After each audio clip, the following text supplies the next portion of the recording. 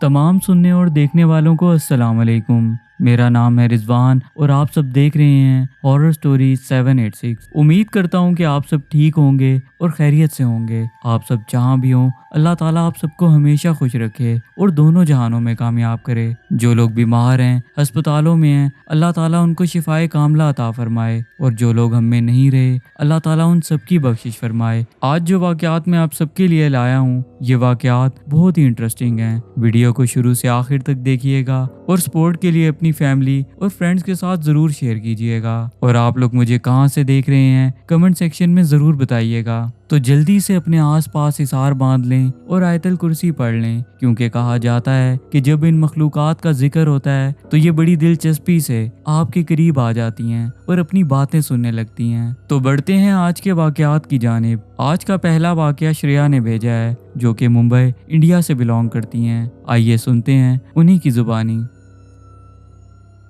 अस्सलाम वालेकुम रिजवान, कैसे हैं आप? उम्मीद करती हूँ कि आप ठीक होंगे और खुश होंगे। मेरा नाम श्रेया है और मैं मुंबई इंडिया की रहने वाली हूँ। अभी कुछ ही दिनों पहले मुझे आपके यूट्यूब चैनल का पता चला। जब मैंने वहाँ स्टोरी सुनी तो सोचा कि अपना भी एक वाकया आपसे शेयर करूँ। जो वाकया मैं आपसे शेयर करने जा रही हूँ, ये वाकया आज से 10 साल पुराना है, जब हम एक किराए के घर में रहा करते थे। वो घर ज्यादा बड़ा तो नहीं था, लेकिन हमारी फैमिली के लिए काफी हो जाता था। उस घर में हम 4 बहन भाई अपने पेरेंट्स के साथ रहते थे।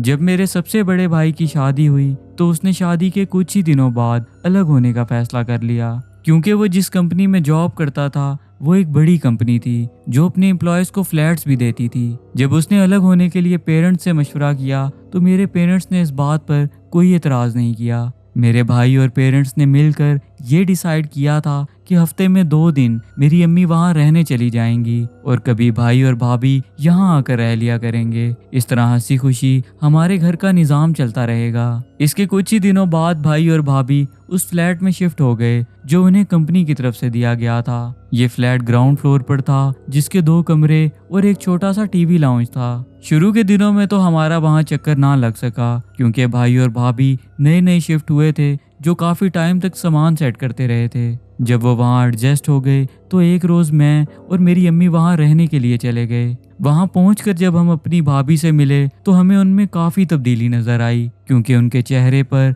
अब वो रौनक नहीं थी जो हमारे घर रहते हुए हुआ करती थी। उनका वो हंसता खिलता चेहरा अब मुरझा सा गया था। भाभी को देखकर मेरी वालदा काफी परेशान हुई और भाई से पूछने लगी कि तुम इसका ख्याल क्यों नहीं रखते, ये पहले तो ऐसी नहीं थी। इस पर मेरे भाई ने हल्का सा हंसते हुए कहा कि कुछ नहीं अम्मी, इसे घर में भूत दिखते हैं। तब मैं भी वहाँ मौजूद थी और ये सब मेरे भाई ने हंसते हुए बोला था, लेकिन भाभी के चेहरे के तासुरात बता रहे थे कि यहाँ कोई गड़बड़ है। और ये बात मेरी अम्मी भी महसूस कर चुकी थी, लेकिन उन्होंने उस वक्त फौरन बात बदल दी थी, क्योंकि वो ये बात फिर किसी और वक्त करना चाहती थी। खैर से हम उस रात सोए ही थे कि आधी रात के वक्त उस कमरे के वॉशरूम में शॉवर चलने की आवाज आने लगी। अब वो आवाज बिल्कुल ऐसे थी जैसे कोई शॉवर के नीचे खड़ा होता है और कुछ देर शॉवर लेने के बाद एक कदम पीछे हो जाता है और 5-10 सेकंड के बाद दोबारा एक कदम बढ़ाकर शॉवर के नीचे आकर खड़ा हो जाता है। वो जो कोई भी था, जब वो अपनी जगह बदलता था तो एक आवाज आती थी, बिल्कुल ऐसी आवाज जैसे कोई जमीन पर गिरे पानी पर कूदा है। शुरू में तो मैं यही समझी थी कि शायद मेरी अम्मी वॉशरूम में है, लेकिन जब इस आवाज को मैंने महसूस किया तो मैं फौरन उठकर बैठ गई। असल में मेरी अम्मी बेड पर सो रही थी, जो कि एक सिंगल बेड था, और मैं नीचे जमीन पर मैट्रेस बिछा कर सोई हुई थी। जब मैंने बेड पर देखा तो मेरी अम्मी अपनी जगह पर ही मौजूद थी, जो इंतहाई गहरी नींद में थी। ये सब देखकर मुझे खौफ आने लगा था, क्योंकि जिस रूम में हम सोए थे वहाँ मेरे और अम्मी के अलावा कोई भी नहीं था, जबकि भाई और भाभी का अलग कमरा था,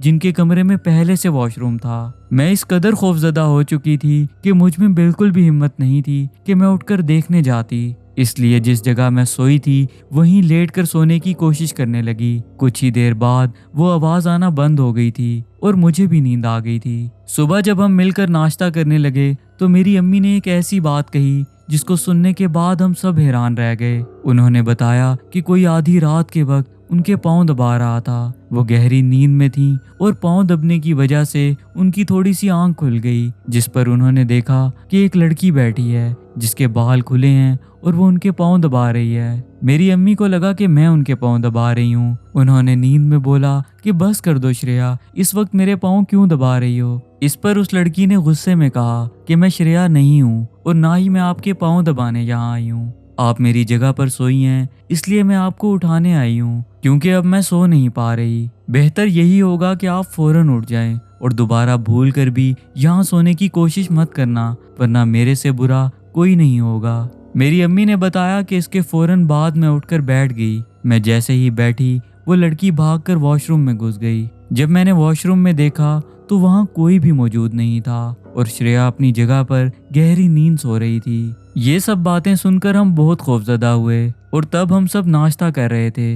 ये सुनते ही मेरी भाभी फौरन बोल पड़ी कि इस लड़की को मैं पहले दिन से इस घर में देख रही हूँ, लेकिन ये मेरी बात पर यकीन ही नहीं करते। ये समझते हैं कि ये सब मेरा वहम है। फिर भाभी ने बताया कि उन्हें पहले दिन से महसूस हो रहा था जैसे उनके साथ वाले रूम में कोई रहता है। जब रात में भाई सो जाया करते थे तब भाभी को घर में कोई चलता फिरता नजर आता था। अक्सर साथ वाले कमरे का दरवाजा खुलता था और कोई अंधेरे में किचन की तरफ जाता हुआ नजर आता था और कुछ ही देर बाद किचन से खाना जलने की स्मेल आने लगती थी, जो इतनी तेज होती थी कि दिमाग पर चढ़ने लग जाती थी। और जब भाभी भाई को नींद से जगाती थी तो वो स्मेल आना फौरन बंद हो जाती थी और जो कोई घर में होता था वो भाई के जागने पर गायब हो जाता था। इस वजह से मेरे भाई को लगता था कि ये सब उनकी बीवी का वहम है। मेरी भाभी ने ये भी बताया कि जब उनका इस फ्लैट में पहला दिन था तब उन्होंने सिर्फ अपना कमरा सेट किया था। कमरा सेट करते करते रात हो गई थी, क्योंकि वो शाम के वक्त ही वहां पहुंचे थे।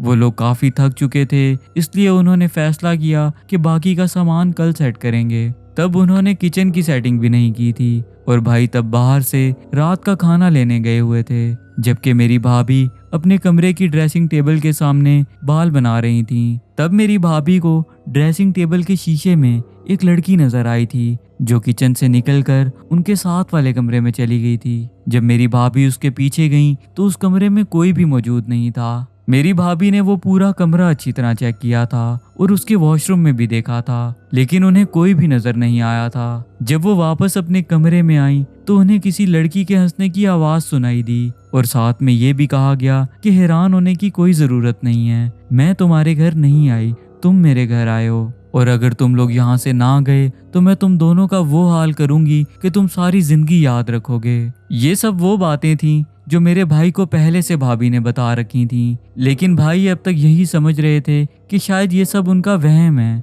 और हम अकेले रहने लगे हैं। शायद इस वजह से भाभी को ऐसे अजीबो गरीब ख्याल आ रहे हैं। इस सब के फौरन बाद ही हमने वो फ्लैट छोड़ दिया था। भाई और भाभी को हम उसी दिन घर वापस ले आए थे, जबकि सामान हमने 1-2 रोज में उठवा लिया था। इस वाक़े के 1 महीने बाद मेरे भाई को दूसरा फ्लैट मिल गया था, जो ठीक उसके साथ वाली बिल्डिंग में था। मेरे भाई और भाभी उस जगह 5 साल रहे थे और उन 5 सालों में उस फ्लैट में कोई भी नहीं रह सका। शुरू में कुछ फैमिलीज रहने आई थीं, लेकिन वहां जो आता था वो 2 दिन से ज्यादा नहीं रह सकता था, जिसके बाद सोसाइटी वालों ने उस फ्लैट को बंद कर दिया था, जिसे काफी अरसे बाद किसी कंपनी ने अपना सामान रखने के लिए किराए पर ले लिया था। लेकिन वहां सामान रखने और लेने जो भी आता था वो कभी अकेला नहीं आता था। हमेशा 2-3 लोग इकट्ठे आते थे, जो दिन ही दिन में अपना काम करके चले जाते थे। उनका कहना था कि एक बार जब उनका ड्राइवर रात के वक्त उस फ्लैट से सामान उठाने आया था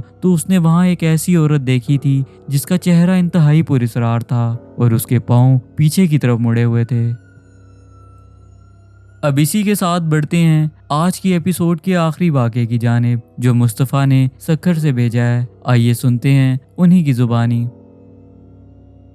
अस्सलाम वालेकुम रिजवान, मेरा नाम मुस्तफ़ा है और मैं सक्खर का रहने वाला हूँ। जो वाक़या मैं आपसे शेयर करने जा रहा हूँ ये वाक़या मेरे बचपन का है। तब मेरी उम्र 12-13 साल थी, जबकि अब मैं 30 साल का हो चुका हूँ। जिस जगह हम लोग रहते थे हमारे घर के ठीक सामने एक पुराना सरकारी स्कूल था, जो कि काफ़ी बड़ा था। हमारे इलाके में बहुत शिद्दत की गर्मी पड़ती है, जिसकी वजह से लोग बाहर भी नहीं निकलते और पूरा दिन घरों में गुजारते हैं। और जब शाम का वक्त होने लगता है तब लोग आहिस्ता आहिस्ता बाहर आने लगते हैं। हमारी साइड पर ज़्यादातर लोग गर्मियों में दोपहर के वक्त सो जाते हैं। अक्सर माएँ अपने बच्चों को कूलर वाले कमरे में सुला देती हैं। उन दिनों भी शदीद गर्मी थी और जून का महीना चल रहा था। मैं अपने दोस्तों के साथ दोपहर में बाहर चला जाता था और पूरा दोपहर बाहर गर्मी में खेलता कूदता रहता था। ये बात मेरे घर वालों को बिल्कुल भी पसंद नहीं थी और इस बात पर मैं अपने दादा दादी और अब्बू से कई बार डांट खा चुका था।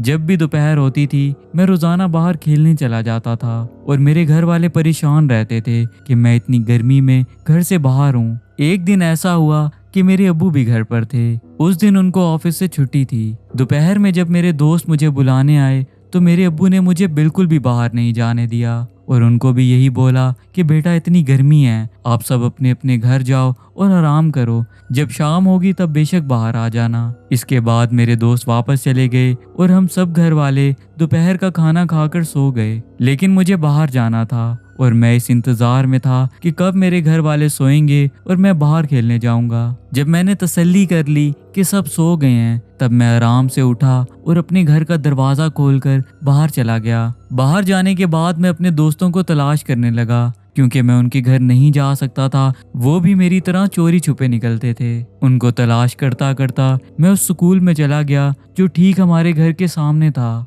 क्योंकि अक्सर हम उसके ग्राउंड में भी कुछ सायादार दरख्तों के नीचे खेला करते थे। वहां पहुंचने पर भी वो मुझे नहीं मिले और मैं उस स्कूल के क्लासरूम्स की तरफ बढ़ने लगा जिसके कॉरिडोर की छांव में हम अक्सर बैठे बातें किया करते थे। मैं उस जगह के करीब पहुंचने ही वाला था कि मैंने दूर से एक बहुत अजीब इंसान देखा जो कि उस कॉरिडोर में गर्दन झुकाए बैठा था। वो एक बहुत ही ज़ईफ इंसान था जिसके हाथ में एक मोटा लकड़ी का डंडा था जो उसने बहुत ही मजबूती से थाम रखा था। वो इतना ज़ईफ इंसान था कि उसका पूरा जिस्म कांप रहा था और जिस हाथ में उसने वो लकड़ी का टुकड़ा थाम रखा था उसका वो हाथ तो बहुत ही ज्यादा कांप रहा था। वो इंसान मुझे काफी अजीब और पुरस्कार लग रहा था जिसकी वजह से मैंने अपने कदम वहीं रोक लिए थे और मैं मौका देखते ही एक पिलर के पीछे छुप गया था। मैं उसको छुप कर देख रहा था और सोच रहा था कि ये इतनी गर्मी में यहाँ कैसे आया होगा। और ये मैं इसलिए सोच रहा था क्योंकि तब स्कूल का गेट मुकम्मल बंद होता था जिस पर सिक्योरिटी गार्ड ताला लगाकर सो जाता था और हम सब लड़के स्कूल की दीवार फलांग कर जाते थे।